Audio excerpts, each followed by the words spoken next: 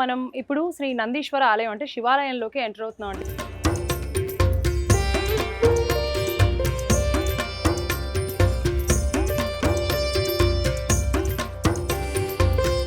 మనకి ఇక్కడ ధ్వజస్తంభం అనేది కూడా ఏర్పాటు చేశారు. ఈ శివాలయము, ఈ ధ్వజస్తంభము అనేది వందల సంవత్సరాల క్రితంది.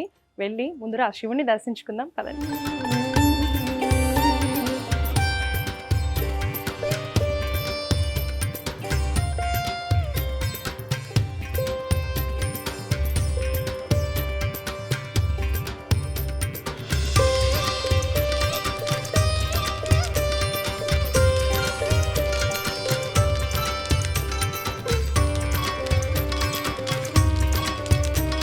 ఇక్కడ శివుని దర్శనం చేసుకున్నాం కదా. మరి ఈ ఆలయం యొక్క ప్రత్యేకత ఏంటి అంటే, మనం మనసులో ఏదైనా కోరిక అనుకొని, అంటే ఫర్ ఎగ్జాంపుల్ ఇక్కడ ఆర్థికంగా ఇబ్బంది పడేవాళ్ళు, ఉద్యోగం రాని వాళ్ళు, సో ఇలా ఎవరైనా మీ కోరికలు అనుకొని 40 రోజుల పాటు ప్రదక్షిణలు చేసి 41వ రోజు కనుక ఇక్కడ అభిషేకం చేయిస్తారు. అలా అభిషేకం కనుక చేయిస్తే తప్పకుండా భక్తుల కోరికలు నెరవేరుతాయి అనేది చాలా నమ్మకం అంట. ఎంతోమంది భక్తుల కోరికలు కూడా నెరవేరాయంట. మీకు కూడా ఏదైనా తీరని కోరుకుంటే ఖచ్చితంగా ఇక్కడికి విచ్చేయండి, కోరుకోండి. 40 రోజుల పాటు ప్రదక్షిణ చేసి 41వ రోజు పాటు అభిషేకం చేయించుకోండి, తప్పకుండా తీరుతుంది.